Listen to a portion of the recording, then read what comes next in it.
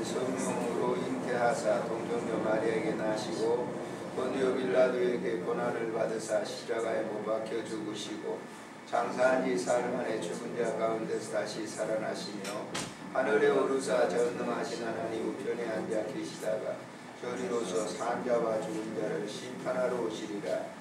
성령을 믿사오며 거룩한 공예와 성도가 서로 교통하는 것과 죄를 사하여 주시는 것과 몸이 다시 사는 것과 영원히 사는 것을 믿사옵나이다. 아멘. 203장 찬송을 드리겠습니다.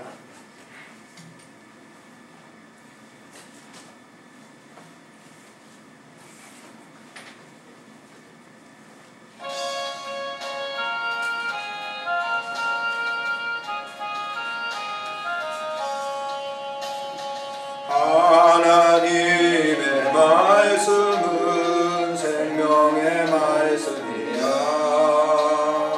강야 같은 세상에 길고 방황하며 절망 중에 빠진 이모 하나님 보아서 생명샘이 솟아나와 새 힘이 넘칩니다.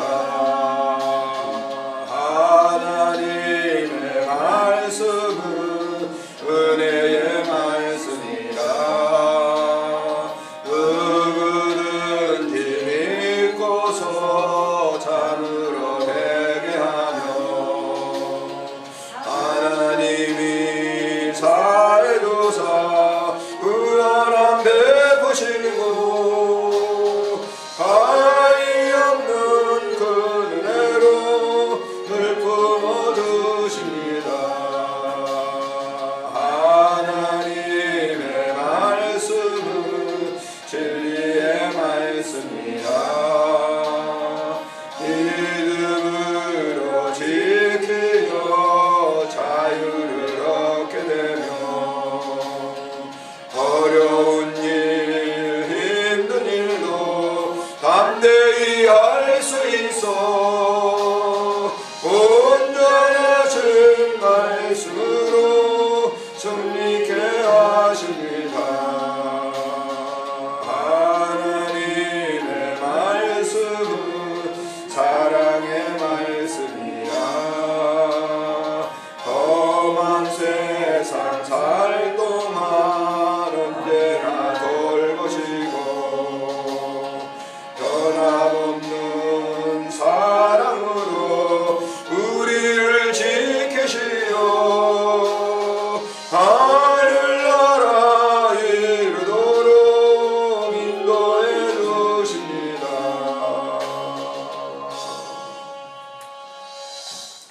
이러한 시간은 우리가 세계 여러 곳에 나가 있는 선교사님들이 계십니다. 그분들을 위해서 주의 나라와 아름다운 선한 뜻을 그곳에도 전파하고 섬기게 하소서. 우리 함께 통성으로 기도하겠습니다.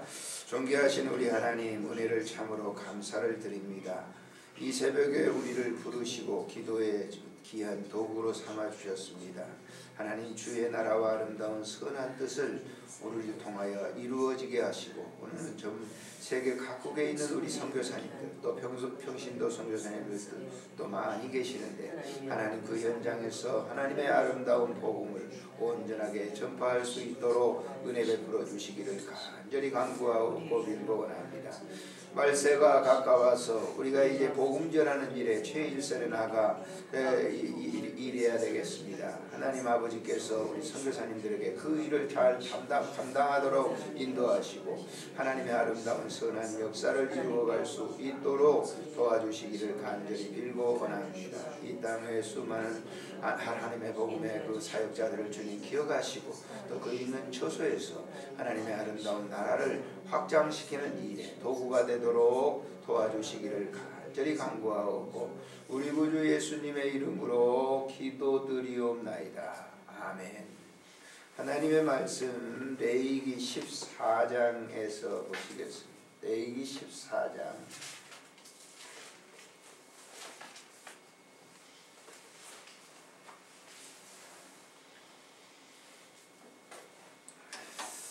1절부터 우리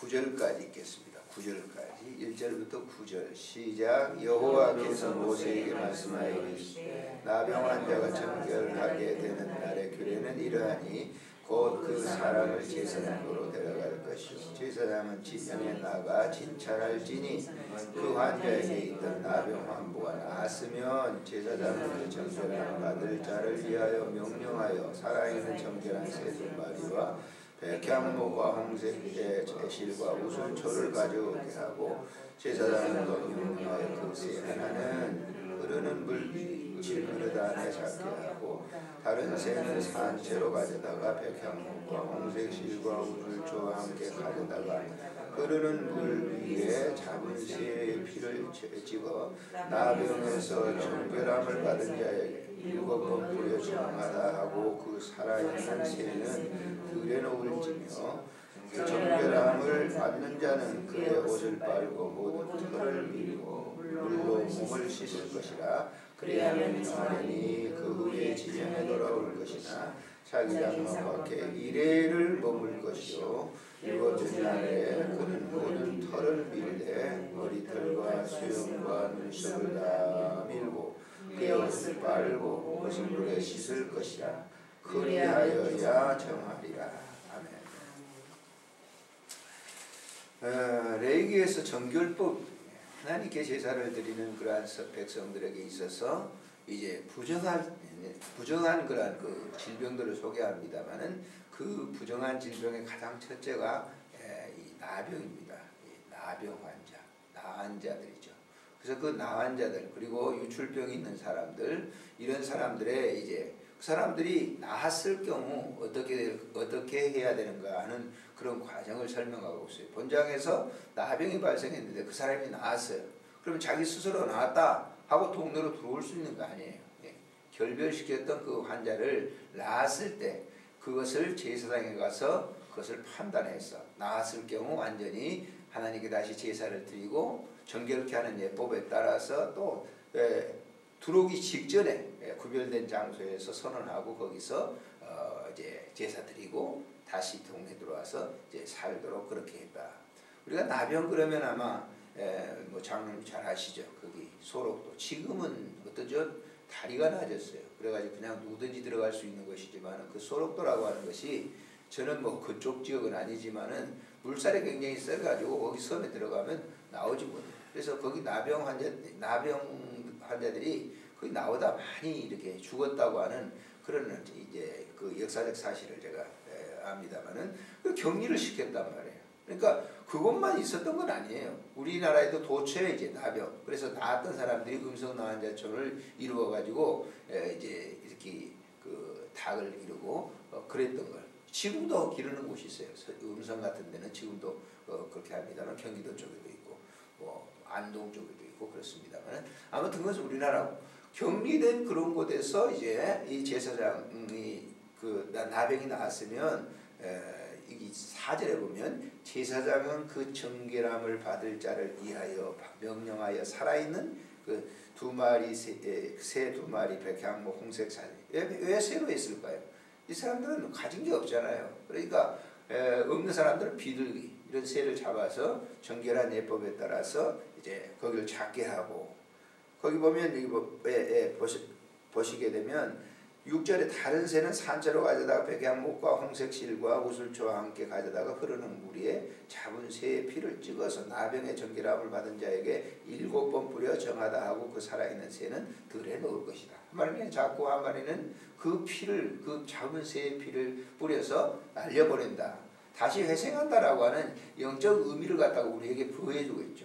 나병이라고 하는 것은 당시에 완전히 죽음의 병이었어요. 지금은 이제 고쳐지십니다만은 고치기도 합니다만은 아직도 뭐 필리핀, 동남아시아 같은 우리나라 이제 그 보릿고개에 있었을 때 그 나병들이 환자들이 나와 있는 것처럼 그런 경우도 있죠. 근데 거기서 이 완전히 정하게 받는 사람들은 그 새처럼 뭐예요? 그 죽은 새, 잡은 새의 피를 뿌려서 살려보낸다, 날려보낸다라고 하는 것은 다시 뭐예요? 회생하는 것을 의미를 하고 있죠. 그래서 이 말씀에 보면은 그 다음에 정결함을 받는 자는 그의 옷을 빨고 모든 털을 밀고 물로 몸을 씻을 것이고 그리하여 그 판결을 받고 난 이후에도 정한 방법에 따라서 그 나병 환자가 그렇게 결례를 딱 행하고 난 다음에 진영에 바로 들어온 게 아니에요. 여기 보면 이래를 머물 것이다 라고 하는 거예요. 완벽히 나았나 낫지 않았나를 완전히 다시 한번 점검을 하고 난 다음에 여기 보면 7째 날에 그가 지금까지 있었던 모든 수염 이런 것들을 다 깨끗이 씻고 난 다음에 정하게 되리라. 그러니까 그 판결은 누가 하느냐면 제사장이 하는 것이죠. 제사장이 해서 그 사람을 낳았다라고 하는. 그래서 예수님께서도 당시에 10명의 그 나병 환자들이 고침을 받았죠. 근데 예수님이 그냥 고쳐준 게 아니에요. 약을 써가지고 고쳐준 게 아니라 말씀으로 제사장에 가서 보이고 가라. 그때 10명의 나병 환자들이 갔는데 사마리아 사람만 돌아와가지고 예수님의 온전한 어차피 법정 선언이죠. 예수님이 그건 나았다. 그래서 감사하고 돌아갔다라고 하는 내용이 나옵니다만 그런 결례입니다. 여기 예수님이 그냥 아무렇게나 그렇게 하신 게 아니라 이 기록된 말씀에 의해서 그렇게 말씀을 하신 거예요. 판결은 당신께서 나았어 그러면 될 거 아니에요. 그러나 제사장에 가서 너 보이고 나았다고 하는 것을 증명하고 라고 하는 그것은 성경 말씀을 응하게 하기 위해서 그런 것이라고 하는 거예요. 여기 우리가 한 가지 주목해야 될 것이 있어요. 우리가 의사들이 어떤 질병을 갖다 고치는 줄 알아요. 그렇지 않습니다. 이건 제 얘기가 아니라 저 순천향대학병원 바로 앞에 가보면 순천향대학병원을 설립했던 그 원장이 계시는데 그 원장이 이제 지금 돌아가셨죠. 거기 흉상을 이렇게 세워놓고 그 밑에 글을 써놨어요. 환자를 고치는 것은 하늘의 뜻이고 의사들은 그것을 보살피는 것에 불과한 것이다. 그 글이 써놨다. 굉장한 그분이 신앙을 가졌는지 안 가졌는지 저는 잘 모르겠어요. 그렇지만 그 원장이 그 얘기를 했어요. 환자를 고치는 것은 하늘의 뜻이다. 그리고 의사들은 그 환자를 섬기는 일뿐입니다. 자, 여기 지금 뭐 제사장이 고친 게 아니에요. 고친 것은 자연적으로 그 나병 환자가 고쳐졌고 또 그 고쳤다고 하는 완전히 나았다고 하는 그 증거는 하나님께서 그에게 뭐예요? 고쳐졌다라고 하는 것이죠. 자, 영적으로 우리가 보세요. 기독교인들이 병들 수 있죠. 그렇잖아요. 시험에 빠져서 병들 수 있어요. 근데 그런 사람들이 다시 교회에 돌아오죠. 그런데 그런 이 선언은 어떤 목회자가 너 다 깨끗이 그런 모든 죄 다 용서함 받아서 그런 게 아니에요. 그런 선언은 하나님이 하시는 거예요. 그리고 그 일을 섬기는 것이 다시 돌아온 탕자를 섬기는 것은 아버지께서 하신 그 목회자들이 한 것이다라고 하는 거예요. 우리 탕자 비유스 그렇잖아요. 바깥에 나갔어요. 나가서 돌아온다라고 하는 것은 아버지가 한 게 아니에요. 아버지는 그 동네에 그대로 있었을 뿐이에요. 그런데 그 돌아오게 하는 것을 보세요. 지업 열매를 먹고 돼지와 함께 있어 보니까 그 탕자의 마음속에 뭐예요? 아버지의 집이 그리웠다 그래요. 그래서 이걸 영적으로 우리가 깊이 있게 좀 다뤄볼 문제란 말이에요. 그래서 우리가 보세요. 예수 믿다가 직분을 가진 사람들이 목회자인 전화를 할지라도 별의별 것들을 하죠. 근데 그 마음속에 뭐예요? 아, 이건 내가 잘못했다. 아, 이거 그런 땐 일을 했구나. 라고 마음에 감동을 주시는 누구예요? 그건 하나님이 하시는 사역이에요. 그래서 우리가 성도들이 그 은혜 속에 젖어들었죠. 이 속에 들어가게 되면 아, 주님께 뭐예요? 그저 감사할 따름인 것이죠. 그러니까 어떤 이 목회자들이 때에 따라서 이제 조금 약간 교만할 수가 있죠. 자기 설교가 아주 굉장히 잘해가지고 그 사람 마음이 이렇게 약간 돌아선다. 돌게 한다. 아니단 말이에요. 설교를 뭐 가지고 하죠? 하나님 말씀 가지고 하잖아요. 우리가 그 사람을 세워서 설교를 이렇게 하는 건데 그 설교는 그렇게 설득이 아니에요. 선포지. 설득을 맞춰 사람을 설득해가지고 하겠어. 아니에요. 하나님 말씀만 그냥 이 설교를 막 감하고 말 막 사람 말을 섞여가지고 설교를 이제 하죠. 그런데 그 설교를 그렇게 설교를 섞어서 하지 않더라도 하나님 말씀만 딱 한 구절만 읽어도 치유될 수 있다. 1930년대 이용도 목사님이라고 우리 기독교에서는 그분을 정죄했어요. 이단이라고. 그런데 그분의 책을 읽어보면요, 그분은 이 성경 한 구절을 읽어놓고 어떤 교회 집회를 할 때 한 몇백 명 이렇게 모여서 집회를 하는 좁은 집어대서 성경 구절 한 구절 딱 읽어놓고 2시간 동안을 가만히 눈물만 흘리죠. 그런데 거기에 있는 모든 회중들이 완전히 뜨거운 회개. 그거 누가 하는 걸까요? 목사가 신령해서? 아니에요. 역사를 기록했던 역사가들은 그 목사님이 신령한 설교를 했기 때문에. 무슨 신령한 설교입니까? 우리가 사람이, 저도 이 아침 새벽에 설교를 합니다만은 이 설교를 하는 것은 사람이 이 본문을 통해서 그 본문을 갖다가 이렇게 인간들이 이렇게 잘 이해할 수 있도록, 같은 인간이니까 그 부분을 갖다가 이렇게 섬기는 거예요. 진짜 우리 마음에 회심하는 것은 이 본문 읽을 때 이미 뭐예요? 주님이 하시는 사역이라고 하는 것을 우리가 꼭 아시고, 메시지를 전하는 사람들이나 메시지를 듣는 사람들이 그 사람이 굉장히 설득력을 잘 이렇게 설득시켜가지고 그러다. 아니단 말이에요. 선언은 하나님이 하시는 거란 말이에요. 그 사람이 회심하고 돌아섰다? 그 선언은 목회자가 하는 게 아니고 하나님이 하시는 것이다 라고 하는 것을 우리에게 영적으로 오늘 본문에서 가르쳐주고 있어요. 그래서 여러분들이 교회를 다니면서 설교를 듣다거나 이 집에 무슨 직장을 하다거나 그때 내가 지금 마음속으로라든지 육신적으로 잘못했던 그런 부분들 있잖아요. 그게 떠오르면서 하나님 앞에 내가 이렇게 잘못했습니다 라고 회심하는 것은 주님이 임재하시는 거예요. 그러니까 나는 아무것도 아니죠. 주님이 내게 임재해 주셨으니까 그 사실을 고백하는 것이 그 얼마나 감사한 일이에요. 오늘 하루도 살아가면서 그런 삶의 역사가 여러분과 저에게 있어지기를 주의 이름으로 축복합니다. 존귀하신 우리 하나님 아버지, 은혜를 참으로 감사를 드립니다. 오늘도 영원히 결별될 수밖에 없는 나병 환자들이 이제 고침을 받았을 때 제사장이 하는 결례법을 우리가 잠시 생각했습니다.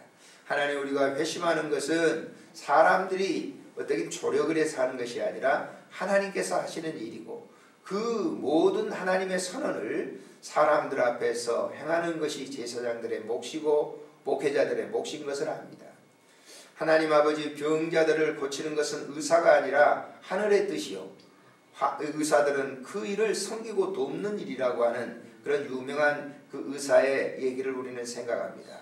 하나님 아버지, 오늘 이 한 시간도 우리가 이렇게 구원받고 은혜 안에 살게 하신 것은 하나님의 절대적인 도움이요, 또 그 일을 섬기는 사역자들에 의해서 우리의 삶이 이렇게 새로워져 가고 있습니다.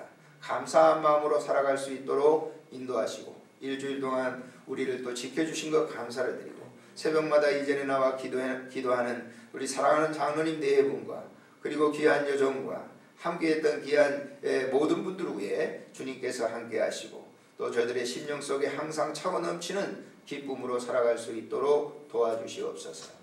우리 구주 예수님의 이름으로 기도드리옵나이다. 아멘. 하늘에 계신 우리 아버지, 이름이 거룩히 여김을 받으시오며 나라의 마옵시며 뜻이 하늘에서 이루어진 것 같이 땅에서도 이루어지이다. 오늘 우리에게 일용할 양식을 주옵시고, 우리가 우리에게 주인 자를 사해 준 것 같이 우리 죄를